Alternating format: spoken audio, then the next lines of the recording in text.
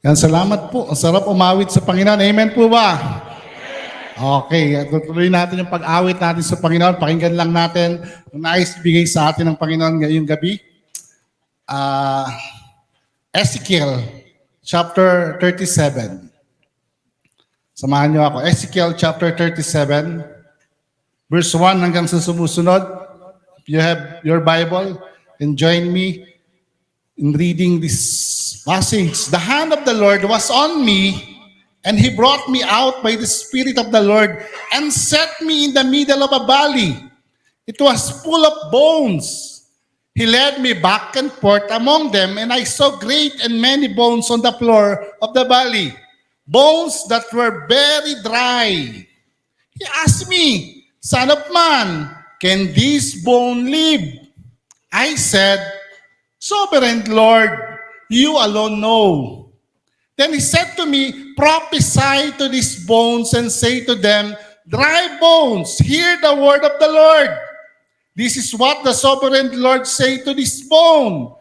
I will make breath enter you, and you will come to life. I will attach tendons to you and make flesh come upon you and cover you with skin.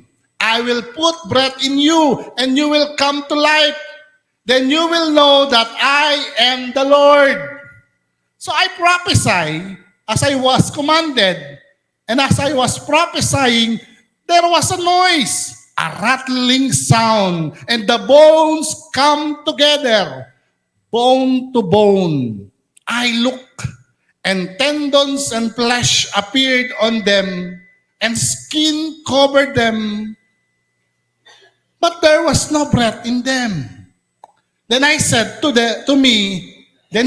me, "Prophesy to breath. Prophesy, son of man, and say to it, this is what the sovereign Lord say. Come, breath from the four winds, and breathe into this slain, that they may live." So I prophesied, and he commanded me, and breath entered them. They came to life and stood up on their feet, a vast army. Then he said, "Son of man, these bones are the people of Israel. They say our bones are dried up, our hope is gone, we are cut off. Therefore, prophesy and say to them, this is what the Lord, the sovereign Lord say, my people, I am going to open your graves and bring you up from them. I will bring you up to the land of Israel. Then you, my people, will know that I, the Lord, when I open your graves and bring you up from them, I will put my spirit in you and live, and I will settle you in your own land. Then you will know that I, the Lord, have spoken, and I have done it, declares the Lord. Ayan, yung isang kwento lang po na yon. Ang sa atin, ang we cry, reclaim, reclaim. Okay, ano yung ating ngayong cry? We reclaim. Okay, di ba? Reclaim, revive, renew. At kagaya po nung, napanood ko kayo doon kagabi, nanonood po kami kagabi. Live pala tayo. Okay, kamusta ko po yung nanay ko, nanonood ngayon. Live, Kagaya ng message ni kagabi ni Bishop Soriano. Di ba? Yung message niya. Bagamat hindi tayo dumarami, hindi na tayo dumadami, nahahati pa tayo. Samantalang yung ibang simbahan, sabi niya, abala sa paghahanap sa mga nawawalang kaluluwa. Medyo may tama. Tama po ba? Tama po ba? Tinamaan ba tayo? It is true. Alam niyo ba kung gaano tayo kadami na Methodista sa Pilipinas? Sige, wala akong loot bag. May premyo sana yung makaka... Alam niyo ba kung gaano tayo kadaming Methodista dito sa Pilipinas? Alam niyo po kung ilan tayo kadaming Methodista sa Pilipinas? We're around 250 to 300,000. Ganun lang po tayo kadami. Ano? Alam nyo kung ilang annual conference tayo sa buong Pilipinas? Mga ilang annual conference tayo sa buong Pilipinas? Ilang annual to? Dito sa BEA, ilang annual conference po kayo? 9. Sa MEA, 12. Sa DEA, 5. 9 plus 12 plus 5. 26. Alam niyo, isa sa pinakamalaking conference ay yung Bulacan, kung saan kami nanggaling. Isa yung sa pinakamalaking conference. 15,000 lang po kami doon. No, so multiply mo yung 15,000 times 26. Kung ganun tayo kadami lahat, mga ganun lang tayo kadami. So around 300,000. Alam niyo po ba kung ilang kadami ang populasyon ng Pilipino ngayon sa Pilipinas? 112 million na po tayo and counting. Ngayon, may pinanganak na naman. 112 million. Alam niyo po ba ang 1% ng 112 million? Ilan yung 1% ng 112 million? 1.12 million. At tayo ay 300,000. Ilang percent po ang Metodista sa buong Pilipinas? Yan. Around 0.3 or 0.4. So, ganun tayo kadami. 0.3% ang Pilipinas. Wala naman sa dami yan. Basta kami tapat. Pero paano natin? We want to change the world. 0.3. Hindi nga tayo makapagpanalo ng senador. Ay party list yun, hindi tayo makapagpanalo. 0.3. So, tingnan po natin, do we really need a revival? Do we really need a revival? Ako po ay chaplain sa ospital. Ang nire-revive lang, yung kamamatay pa lang. Yung kamamatay pa lang, kalalagot pa lang ng hininga, nire-revive. Pero kung matagal na, nililibing na daw. Ang tanong, kaya pa ba? Ayan. Kumusta tayo mga ka-UMC? Sabi ng mga kabataan ngayon, kaya pa ba? Kaya pa. Ezekiel chapter 37, Son of man, can this bone live? Kaya pa bang mabuhay nitong dry bones? Yung dry bones, no life. Alam niyo, bago maging dry bones, namatay muna. Pagkatapos mamatay, matagal muna bago matanggal yung mga agnas muna.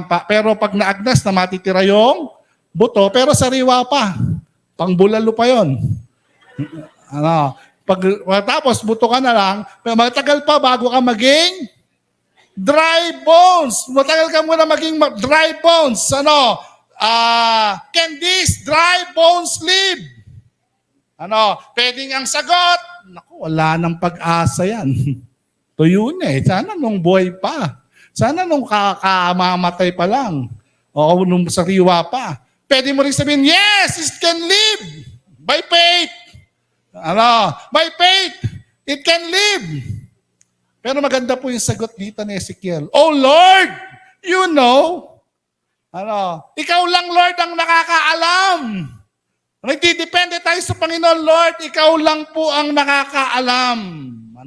So ngayong gabi po, babalikan natin, yung ating spirituality, meron tayong iba-ibang pagkakaunawa. Pero kung ano man yung pinagkakaunawa natin, naniniwala tayo ngayong gabi. Naniniwala tayo ngayong gabi. That dry bones can live. Amen po ba? Una, the promise of God of revival. Ang sabi po dito, ang revival po ay hindi nagsisimula sa atin. Ang revival po ay nagsisimula sa Diyos. Amen po ba? Kaya nung sinabi natin, reclaim, revive, reclaim, ayan. Naniniwala tayo, galing to sa Diyos. Amen po ba?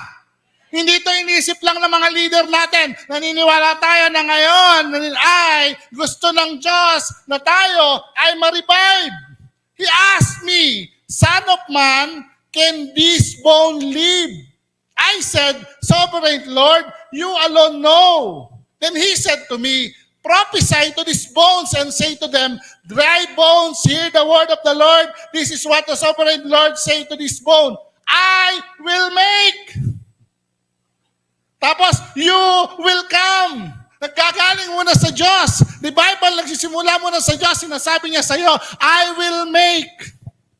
And you will come. Nagsisimula muna sa Panginoon. Hindi Lord, gusto ko ng revival.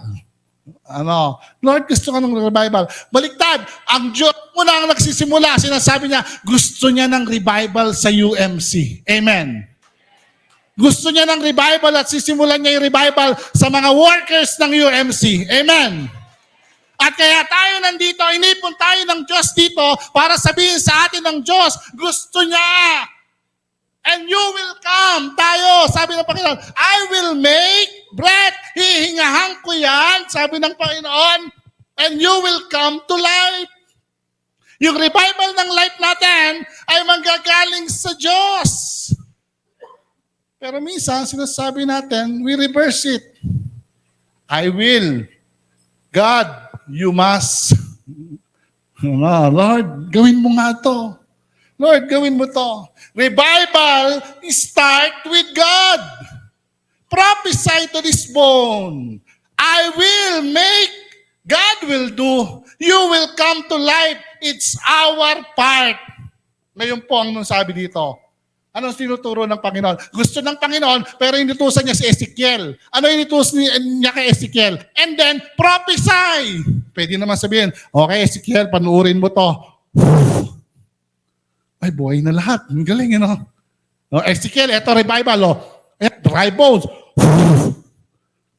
Bigla. Nabuhay ka agad, di ba? Nabuhay ka agad. Pero hindi. Anong sabi ni God kay Ezekiel? Ezekiel, prophesy. Anong sinasabi? Declare. When si God ang nag-i-initiate ng revival, pero may pinapagawa sa atin. Ano pinapagawa sa iyo? Ano pinapagawa sa akin? Ano pinapagawa? Ano pinapagawa? Prophesy. Ibig sabihin, you declare. Magdeklara tayo ng mga bagay sa buhay natin. Ang problema, ang dinideklara natin, madalas puro pangit. Naku, yung kapwa mo pastor. Diba? Minsan pangit pa dinideklara natin. Yung papalit sa atin, hindi pa nakakarating, sirang-sira na. Minasaker na yung pagkatao. Mag-ingat kayo dyan. Yung pastor na susunod sa akin, mangungutang yan. Meron yung healing ministry. Puro healing. Minasaker na. Minsan tayo mismo nagdideklara ng mga pangit sa mga kasama natin. Sa church natin, wala nang mangyayari sa church natin. Ganito na lang tayo. Sa atin minsan nagsisimula yung kamatayan. Yung DS ko magaling lang yan pagka manghihingi ng alokasyon. Kasi pagka magdadalaw, maghihingi lang ng alokasyon. Minsan tayo mismo ay nagdideklara ng mga hindi magandang bagay sa ating mga buhay. Pero pag nagsimula tayo mag-declare ng buhay ng buhay, nangyayari yung buhay. Nung pong kinasal po kami ni DS Revin, nung mag-asawa kami, medyo may edad na po siya. Nung pakasal kami, 36 siya. 30 ako. Sabi ng mga kaibigan ko, sigurado ka ba dyan? May edad na yan, di na magkakaanak yan. Yun yung unang panakot sa akin ng mga kaibigan ko, 36 na yan, di ka na magkakaanak dyan. So sabi ko naman, by faith. So pagkakasal po namin, nabuntis siya. Siyempre, ako may kagagawan. Alam ka namang Holy Spirit yun. So, nagbubuntis po siya, nakasakay po siya sa tricycle. Yung sinasakyan niyang tricycle, yung driver, akala niya, piloto siya. Pinalipad niya yung tricycle. Na-aksidente po sila, tumalon po sila doon sa bukid, gumulong po yung tricycle. Ang nangyari po sa kanya, Nag-bleed po siya. Nag-bleed siya. Nagdugo siya.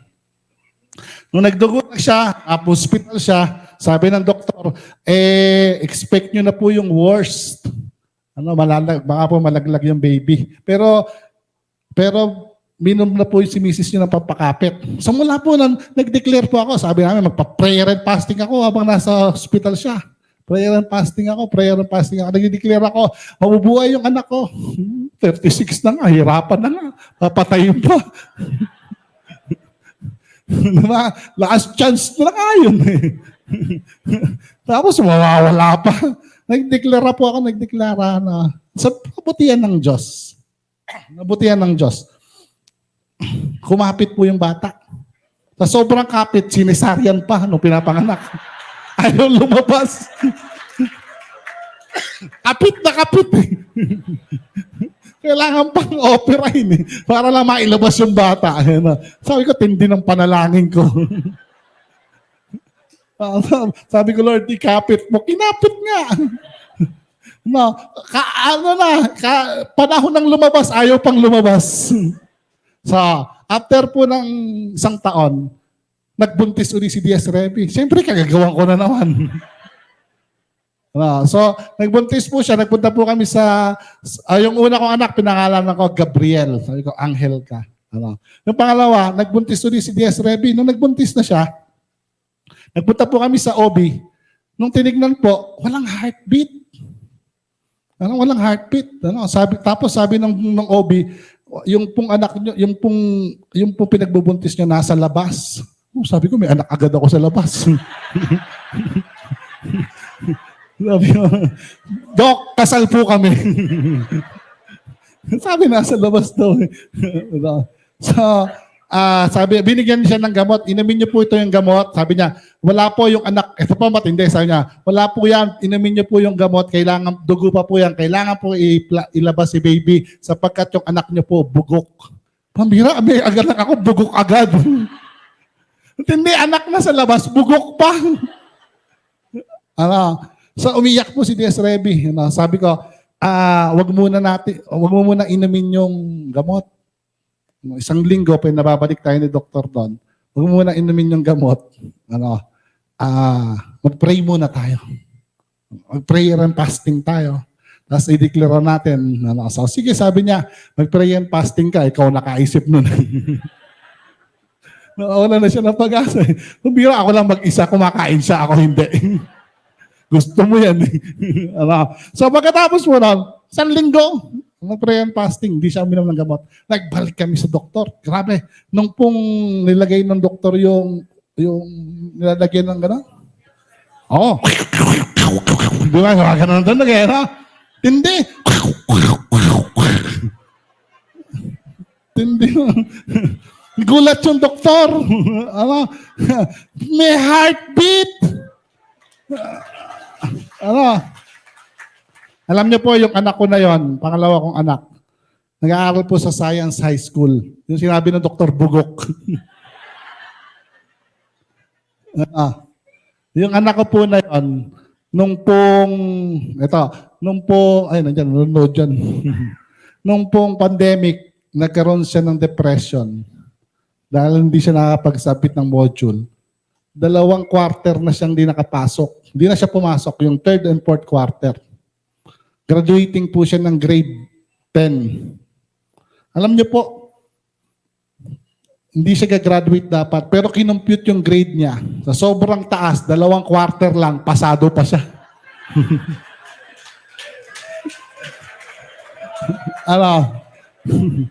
Ang grade niya po, kinompute yung first grading tsaka second grading, 76. Makaka-graduate. Sabi ng teacher, meron pa pong ilang linggo, baka gusto niya mag-submit ng module para po tumaas pa. Ayaw na po niya mag-submit. Sabi niya, sobra pa nga ako na isa.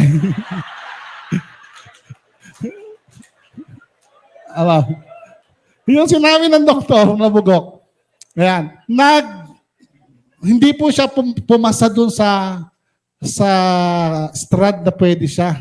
Ano bang strand yung STEM? Di po siya pumasa doon sa STEM.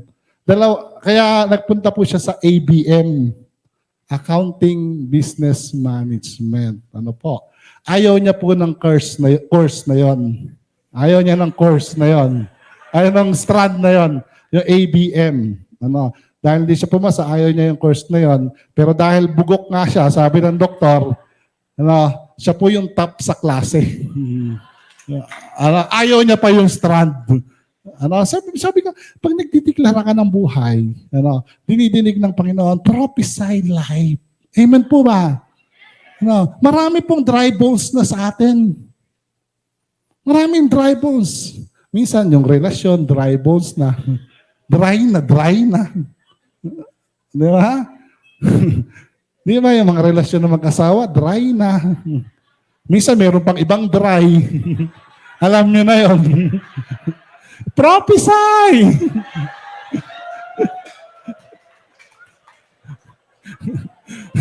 Si DSNL, lakas ng tao. Prophesy! Yung mga dry na dyan, mamaya, subukan nyo, prophesy! Ikaw na natutulog, gumising ka! Okay.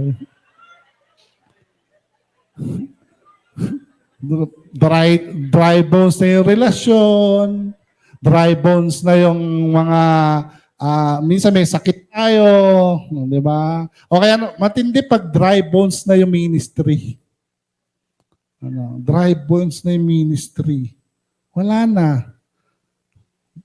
Maisalba na lang. Diba? Nihintay na lang yung lipatan. Taon-taon, hinihintay yung lipatan. Kalilipat pa lang, hinihintay na yung lipatan. Dry bones, Yung goal niya, maibot yung buong district, lahat ng church. At least, napuntahan ko lahat. Proud pa proud pa. At least, napuntahan ko lahat. Di ba? Yung pag nagsusulat ng kanyang destino, hindi na maalala sa dami. Okay. Dry bones. Anong sabi dito? Mangyayari po yung revival. Sabi ng Panginoon, inutusan ng Panginoon, you prophesy. Ibig sabihin po doon, magdeklara ka ng magandang bagay. We cannot initiate revival, but God teach us what to do. Anong tinuturo ng Diyos sa atin? Prophesy to these bones, say to them, dry bones, hear the word of the Lord. Ang tinuturo sa atin dito, speak boldly by faith, by declaring them the word of God, declaring the promises of God, declaring the truth of God. Amen po ba? Minsan uminto na tayo mag-declare. O kung nagtutuloy man tayo mag-declare, puro kamatayan yung deklarasyon natin. Hindi magtatagal sa destino yan. Lahat tayo, para tayong DS alat. Tayo na kagad naglilipat ng destino doon sa kasama natin. Gusto kagad natin mawala. Prophesy meaning declaring to them the word of God. Word of God that brings life. Prophesying is declaring the promises of God. May pangako ang Diyos sa iyo. Prophesying is declaring the principle of God. Prophesying is declaring the truth of God. Ito po yung ibig sabihin. Hindi mo sinasabi, ang pagpaprophesy ay yung pagsasabi ng mga salita ng Diyos. Prophesy to the bone is preaching the word of God. Sinabi naman. Meron pang sinabi, prophesy to the wind. Ano naman po yung prophesy to the wind? Manalangin ka. Amen po ba? Ipanalangin mo. Nung pong ako naging DS. Galing po ako sa malaking church sa Atlag, sa pinakamalaking church sa Malolo, sa Bulacan. Naging DS po ako sa kabilang district. Lahat ng wala, meron yung district na yun.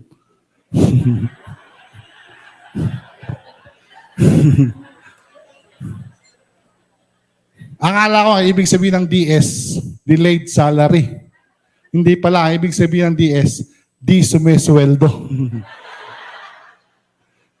After 3 months ko mag-DS, Wala akong sweldo. Nagsumbong ako kay Bishop. Ang Bishop ko na, si Bishop Arichea. Sabi ko, Bishop, 3 months na po akong DS. Wala po akong natatanggap. Alam niyo naman si Bishop, mapagbiro. Sabi niya sa akin, ginawa na nga kitang DS. Gusto mo, may sweldo pa. Sabay ngiti. Masayain. Si Bishop. Tapos, napansin ko, 4 po na district yung Bulacan, yung isang DS, Joey Umali yata yun, 4 na bayan yung sakop niya. Yung isang DS, 5 bayan yung sakop niya. Yung isang DS, 6 na bayan yung sakop niya. Ako, 12 bayan yung sakop ko. Mayroon pang isa sa Pampanga. So sabi ko, parang unfair to . Tinignan ko sa mapa, 3/4 ng Bulacan, sakop ko. Tapos yung 1/4, hati-hati silang 3. Sabi ko, Bishop, ba't ganun po yung hatian namin sa district? Ang liliit po ng district nila ko, ang laki. Ngumiti ulit si Bishop, sabi niya, mataba ka naman . Sabi niya, hindi ka magugutom. Madami kang baon. Alam niyo po yung district po na yan, yung Northeast na yan, lahat wala. Pagkatapos po nung mga 4 na buwan, wala kami lahat pera. Wala lahat. Sabi ko sa mga pastor, tinawag ko po yung 25 na pastor. Sabi ko sa 25 na pastor, mga kapatid, pwede nyo bang isama yung lay leader nyo? 25 kayo po, 25 yung lay leader. Mag-ipon-ipon tayo sa church na to. Manalangin tayo. Yun na lang ang pag-asa ko, panalangin. So, punta po kami, nanalangin. Dumating 100. So, dumating yung 100, nanalangin po kami. Nananalangin sila, nananaghoy sila. Siyempre, ako yung pinakamalakas yung iyak. Hindi ako suwesweldo, 4 na buwan. Umiiyak ako, Panginoon. Nanalangin. After po ng panalangin, medyo sumasaya yung district, gumaganda. Sabi ko, after 6 months, kayo pong 100, bumalik po kayo. Mananalangin po ulit tayo. Bumalik po sila, hindi na sila 100. 250 na po yung nananalangin. 250 na yung nananalangin. Naku, di mas masaya yung panalangin. Mas masarap umiyak.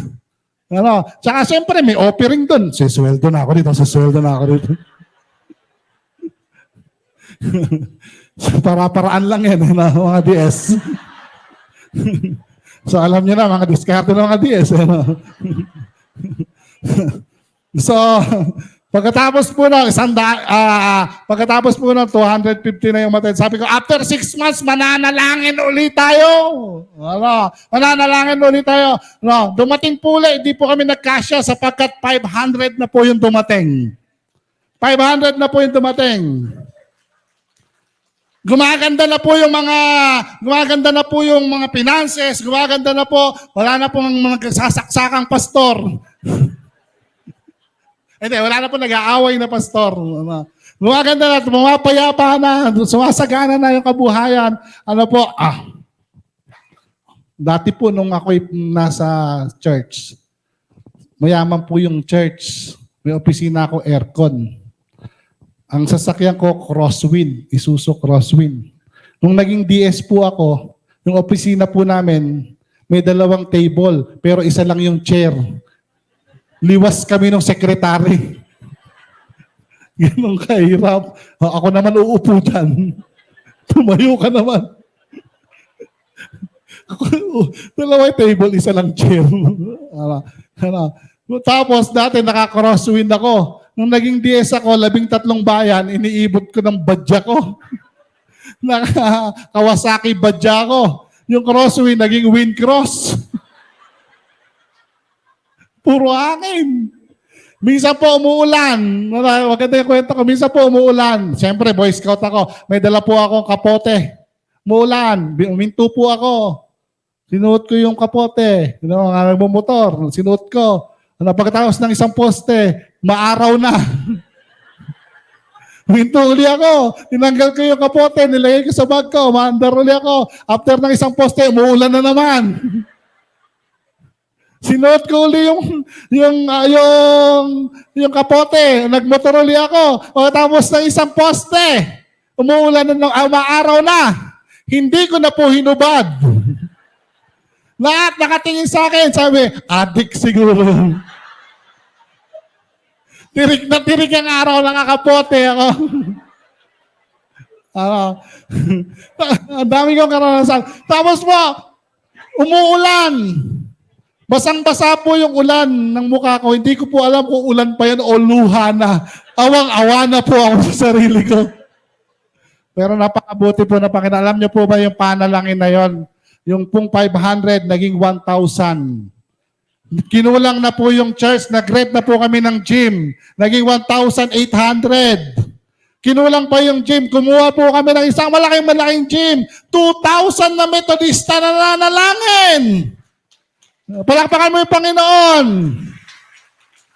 Ano? Sa panalangin, you prophesy to the wind, manalangin ka. Huwag kang titigil manalangin. Tatandaan mo po ito. When we work, but when we pray, God's work. Kumikilos ang Diyos sa atin. Kapag tayo'y anong gagawin natin? Nagdideklara tayo ng magandang bagay at nananalangin tayo ng matintim na hindi natin titigilan ito. Tatandaan po natin, may purpose ang revival. Ang sabi dito, then you, my people, will know that I am the Lord when I open your graves and bring you up from them.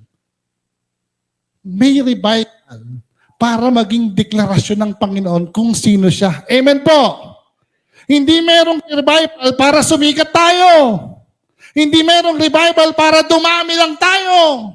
Hindi merong revival para lamang makita nating magaling tayo. Mayroong revival para i-declare ng Diyos kung sino siya. Amen.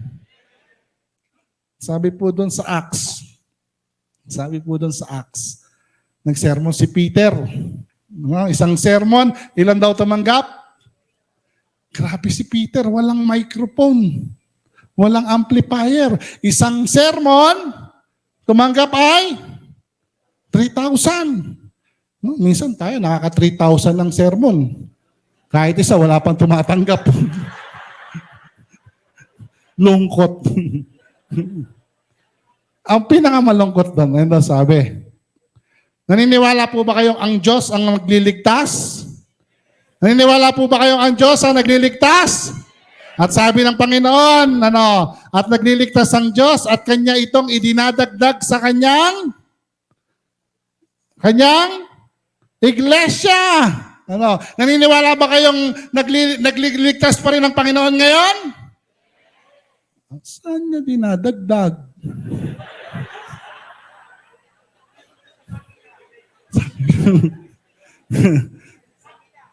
Sa kabila daw. May tama ka. Nagliligtas pa rin ang Panginoon ngayon. Amen? Ngayong araw na ito may iniligtas ang Panginoon. Amen? Nung isang linggo may iniligtas ang Panginoon. Bakit 0.3 pa rin tayo? Kung namamatay daw. Hindi na tayo nadagdagan, namatay pa. Mga kapatid, isang tinatanong ko sa Panginoon, Panginoon, araw-araw ka pa rin nagliligtas. Ang dami pong naboborn again. Ba't hindi niyo po sa amin dinadagdag? Saan niyo po dinadagdag? Alam niyo na kung saan. Dinadagdag sa iba. Isang tinanong ko yung Panginoon, Lord, saan mo po dinagdag? Dinagdag ko dito sa fellowship. Dinagdag ko dito sa church na to. Teka Lord, ba't di mo kami dinadagdagan? Sabi ng Panginoon, ewan ko, parang naisip ko lang, baka mahirapan kayong mag-alagaan sa isa't isa. Tsaka pag dinagdagan ko, madami pa kayong idemanda. Ay, hindi.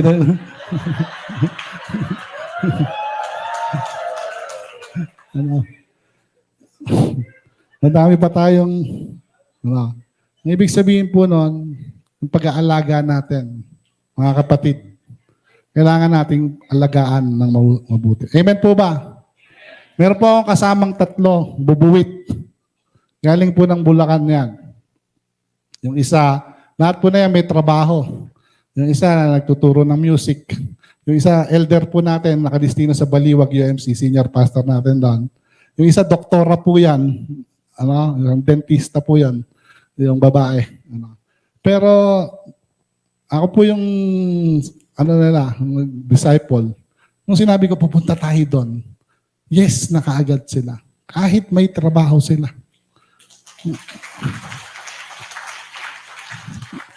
Bakit? Nilagaan ko sila.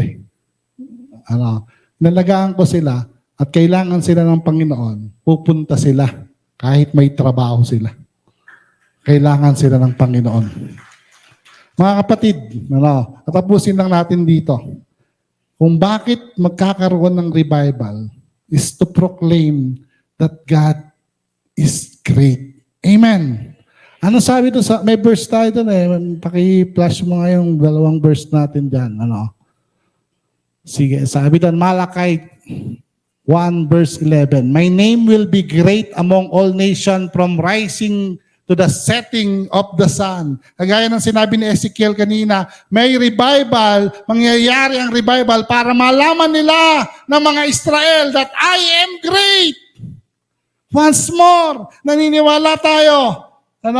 Ako pangarap ko lang, Lord, bago po ako madeds, sana po maka 1% man lang ang UMC sa Pilipinas. Amen po ba? Huwag naman pong 0.3.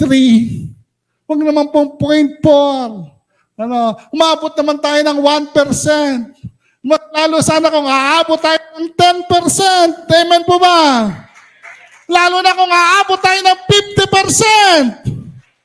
Naniniwala po ba kayo doon? Diba? Let us prophesy. Maniwala po tayo na ang Diyos ay mangyayari. Ano sabi doon sa isang verse kay Ezekiel? Okay, sa pakilipat mo nga, sir. Meron isang verse si Ezekiel, nandiyan pa ba? Okay, nawala na. Sige. Okay, pakilipat. Ayan. Ezekiel chapter 38, verse 23. And so I will show my greatness and my holiness, and I will make myself known in the sight of many nations. Then they will know that I, the Lord. Mga kapatid, nung pumunta po tayo rito, sabi ko po, magbayaan niyo po itong ministering time. Marami po tayong dry bones. Diba? Lalo na sa pagpapastor natin. Diba? So, minsan yun po yung nagiging dahilan kung bakit dry na dry tayo. Minsan naging unfair sa atin yung pagdidestino. Ako po, ang dami ko pong naranasang unfairness sa pagdidestino sa akin. Nung pumasok po ako sa ministry, graduate na ako ng engineering. So nung pumasok ako sa ministry, yung seminary kaagad ako, may dinestino po ako sa isang napakalayong lugar, nasa gitna ng palaisdaan, na kailangan mo lakarin ng 2 kilometro yung Pilapil bago ka makarating doon. Sabi ko, graduate ako ng college. Nag-aaral ako sa seminary. Yung mga kasabay kong pastor, high school lang, ang gaganda ng destino. It's unfair. Pero 3 years po ako nilagi ng Panginoon doon. Pagkatapos ko po makagraduate ng seminary, sabi ko, madidestino na ako ng maganda nito. Graduate ako ng college, graduate ako ng seminary. Dinala po ako sa gitna ng bukid. So, gitna ng bukid kung saan walang papel.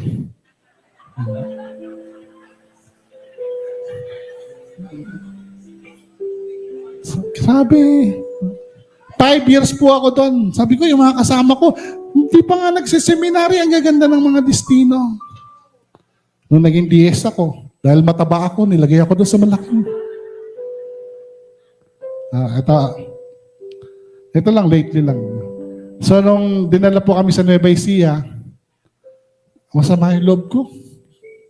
Sabi ko, alam ko yung DS pagkatapos graduate, nakakapili ng destino. Hindi ako pinapili, dinala ka agad ako doon. Wesleyan. I give my best. Pero po nung March 2020, simula ng pandemic, nilipat po ako sa hospital.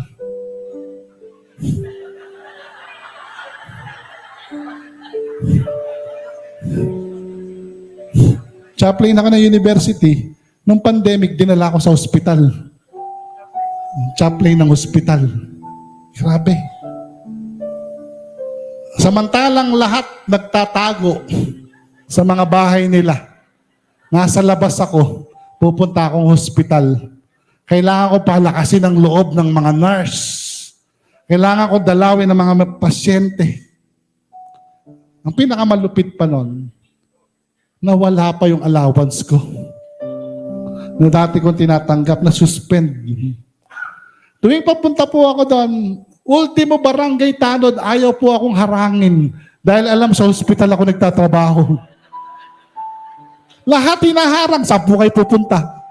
Dahil alam nilang sa hospital ako pupunta na nagtatrabaho. Pag nakita ko ng barangay tanod, lumalayo pa. Bayaan mo si pastor. Alam niyo po, ang peer ko, sabi ko, pupunta ako sa opisina, may nagka-COVID. Pupunta ako sa isang department ng hospital, may magka-COVID. Nagkaka-COVID ako dito. Diniklar ako pa. Isang araw po, nagka-COVID po ako. Ang malumpit, inuwi ko sa bahay. Nahawa po yung misis ko, nahawa yung dalawang anak ko. 4 po kami, sabay-sabay po kami, may COVID. No, kami lang nag-aalagaan. Yung kaming mga binata, okay lang ako, onting ubo. Yung misis ko pa, hirap na hirap. Hirap na hirap po. Dahil meron siyang asthma, kailangan niya ng oxygen. Tapos hirap na hirap siya, nagpapaalam na siya. Pero habang pong na-COVID kami, doon ko po naranasan yung malasakit ng church. Ang dami pong blessing, daming prutas na pinamimigay. Doon ko rin naranasan, judgmental yung mga tao. Pinamimigay ko yung mga prutas, ayaw tanggapin. Sabi ko, kapatid, nabubulok na po yung prutas sa bahay namin. Kunin niyo po. Walang kumukuha. Homit, kobot, may COVID kami. Siyempre, nakakatakot naman. Nag-iingalo po yung misis ko. Sabi ko, dadaling kita sa ospital. Sabi niya, ayoko. Ayoko, sabi niya. Dito na lang, sabi mo, sa ospital, wala namang nagkikare doon. Sabi niya, gusto kong mamatay, kasama ka. Yun po yung sabi niya. Medyo nagpanting yung tenga ko eh. Sweetheart, mamamatay kang nasa tabi mo ako. Iba yung mamamatay kang kasama ako. Hirap na hirap po siya. Hirap na nanonood. Hirap na hirap po siya. Sabi, ayoko na. Tapos po, ang ganda po, lagi niyang nagsasabi, nakita ko si nanay. Patay na po yung nanay niya. Nakita ko kasi tatay. Patay na po yung tatay niya. Puro ko inikwento niya sa akin, puro mga patay na. Sabi ko, mamamatay na nga ito, misis ko. Sabi niya, ayoko na, nagpapaalam na siya. Nagpapaalam na po talaga. Sabi niya, sakit ng katawan ko, hirap na ayoko na. Yung kasagsagan ng COVID na maraming namamatay. Hirap na hirap siya huminga. Nag-o-oxygen siya. Imagine niyo yung oxygen na ipapatik ko sa second floor. Itong tabako na to. Ang laki ng tangke. Tapos sabi ko, hindi ka pa pwedeng mamatay. May ministry ka pa. Sabi niya, pagod na ako, nagawa ko na lahat. Sabi niya, hindi ka pa pwedeng mamatay. May 2 ka pang anak, palalakihin mo pa sila. Sabi niya, kaya mo na yan. Adi napagod na po ako kaka-encourage sa kanya. Pumayag na po ako. Para ma-appease siya. Sabi ko, sweetheart, pumapayag na ako sa pagpapaalam mo. Pero may sasabihin ako. Pwede ba pag namatay ka, mag-aasawa ko agad? Tumayo po siya, sabi niya, anong mag-aasawa, magaling na ako. Walang natuloy na pangalawang pag-aasawa. Magaling na siya hanggang ngayon. So, yun, dinadaan sa biro. Pero I prophesy that na. Dinaprophesy ko. Alam niyo po, nanalangin kami nung gabi na yon. Isang panalangin na umiiyak kami mag-asawa, akap-akap ko siya. At habang nananalangin kami, umiiyak po ako sa Panginoon. Dahil wala na. Wala na. Wala naman ako pagdadalang hospital. May COVID din doon. Kung ilalayo siya, malayo sa akin. Gusto nga niya, mamatay kasama ako. But I pray life. We pray life. Kami mga anak, we pray life. We pray healing. We pray miracle. We declare miracle upon miracle, Lord. Ang sabi mo ito, kininaim po namin ang bawat pangako ng Panginoon. Ang sabi mo, Panginoon, ito. Panginoon, sabi mo, hindi mo pababayaan ang mga naglingkod sa iyo. Hindi mo hahayaan silang magutom. I claim every word of the Lord. And it's happened. Mga kapatid, maaaring sa tingin ng iba, dry bones na yung church natin. But let us start declaring good things sa bawat isa. Amen po ba? Yung revival gusto ng Diyos yun. Wala siyang ibang gusto kung hindi mabuhay tayo, tumayo tayo. Pero tayo kailangan magtrabaho. Let us start declaring good things. Iwanan na po natin yung pagdideklara ng pangit sa mga kasamahan natin. Pangit na nga, dinideklarahan mo pa. Hindi na nga maganda yung sitwasyon, sinasabi mo pa, kwento mo pa. Kinakalat mo pa. Start declaring life sa mga kasama natin. Amen po ba? Start declaring life sa iyo. Uuwi tayo. Nag-aral tayo rito. Ano nakuha natin? Marami tayong tinuro. Tinuruan tayo ng mga bishop natin, ng mga speakers natin. Pero pinakamagandang pag-uwi natin, you start declaring sa iyo, asawa mo. You declare good things sa asawa mo. Declare good things sa mga anak mo. Magdeklara ka ng magandang bagay sa mga anak mo. Magdeklara ka ng magandang bagay sa pamilya mo. Magdeklara ka ng magandang bagay sa church. Magdeklara ka ng magandang bagay sa chairman mo ng council. Lalo na sa PPR. At lalong higit sa treasurer. Pinakamagandang deklarasyon. Let us start declaring. There's more than, meron pang higit na ibibigay sa atin ng Panginoon. Pwede po ba kayo tumayo sandali? Okay, sige. Mananalangin tayo isang closing prayer. Pero bago natin ipanalangin yan, let us declare this song sa buhay natin. Sisimulan natin dito. Sisimulan natin sa ating pamilya rito, as a family. Magdideclare tayo ng magagandang bagay sa bawat isa. We believe that God is good. And we will prophesy good things, better things, life sa bawat isa. Mga DS, I want you to declare good things sa mga pastor ninyo. Kahit minsan mukhang semplang, you declare good things. Mga pastor, you declare good things sa miyembro mo kahit sinasaktan ka ng pastor ke. Tayo yung pastor. Puso ni Jesus yung binigay niya sa iyo, sa akin. Puso ni Jesus yung binigay niya sa iyo. Na gusto ni Jesus yun ang dalhin mo doon sa lugar mo. Hindi tayo makikipag-away dahil kapayapaan ang dala natin. Kahit unfair sila, kahit nananakit sila, dadalhin pa rin natin yung puso ng pamilya.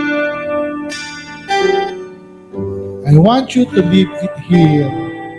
All the pains na bit-bit mo pagpanik.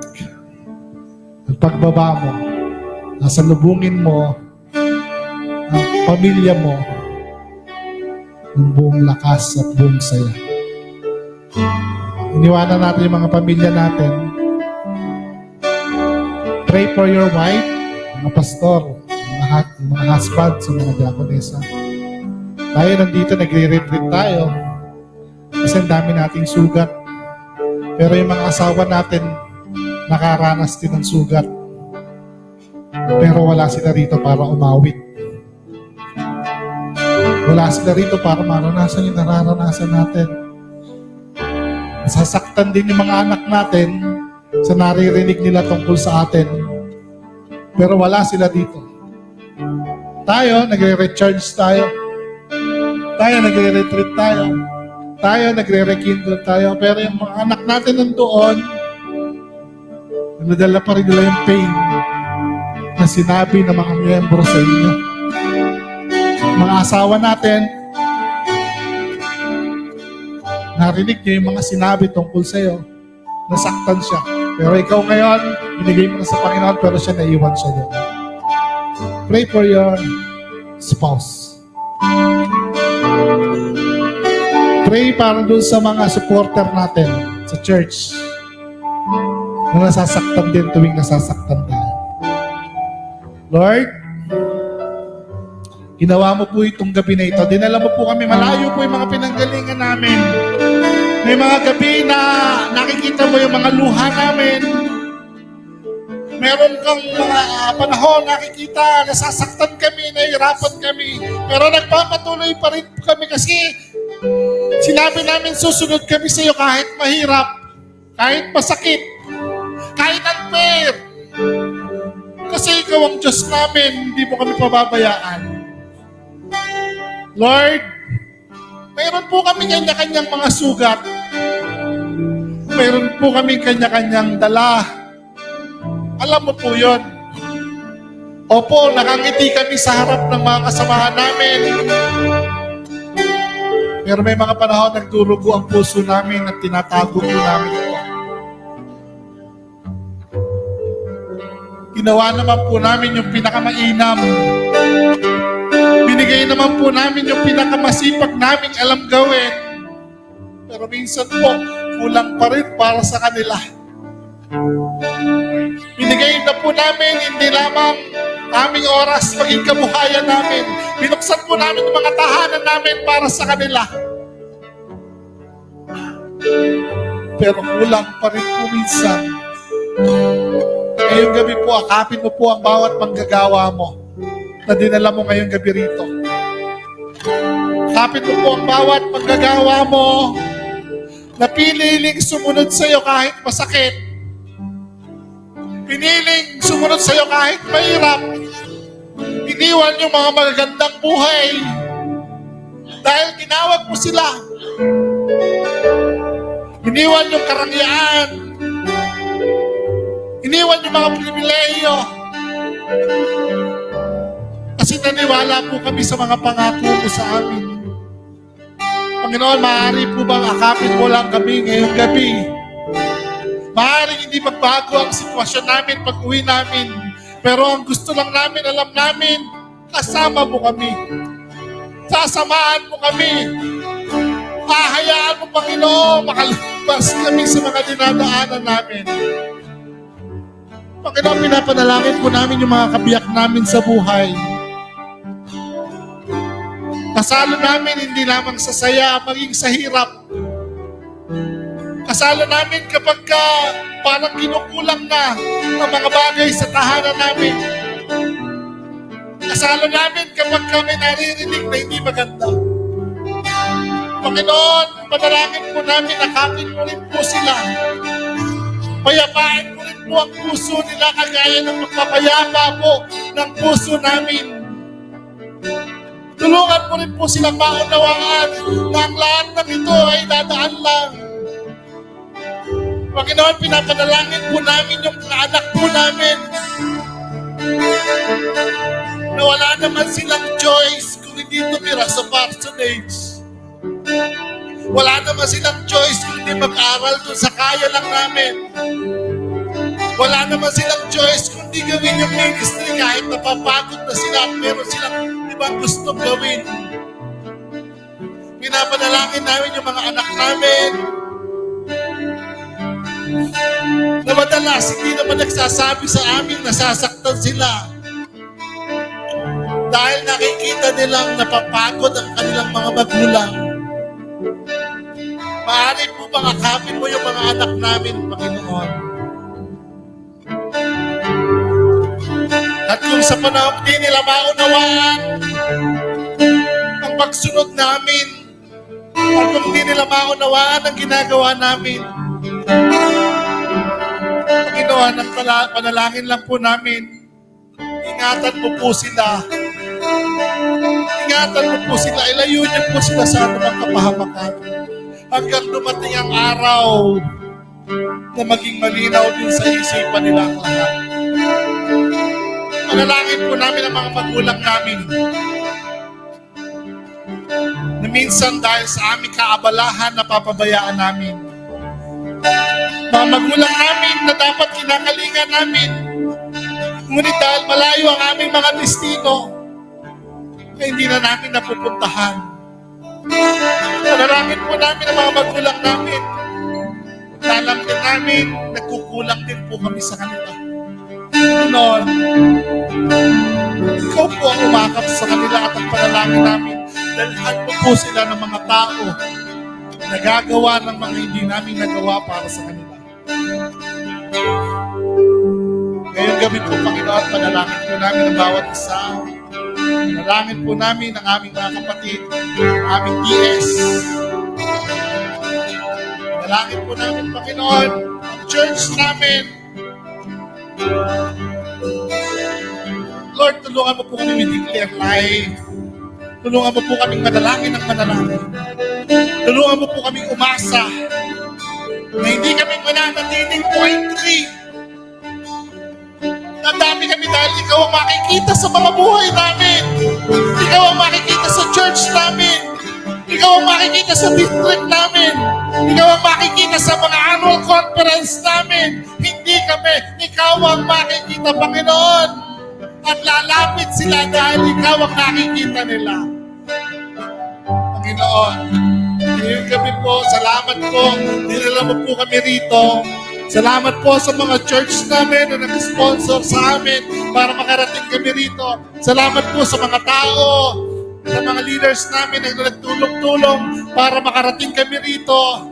Salamat po sa mga kabiyak namin na hinayang maiwan sila para lamang makapunta kami rito. Salamat po sa mga anak namin na ang papa nila at yung mama nila kailangan pumunta rito. Salamat po sa kanila dahil ngayong gabi naranasan po namin lahat ng ito. Salamat po sa aming bishop. Salamat po sa aming DS. Sa aming leader. Salamat po namin. Maraming salamat po.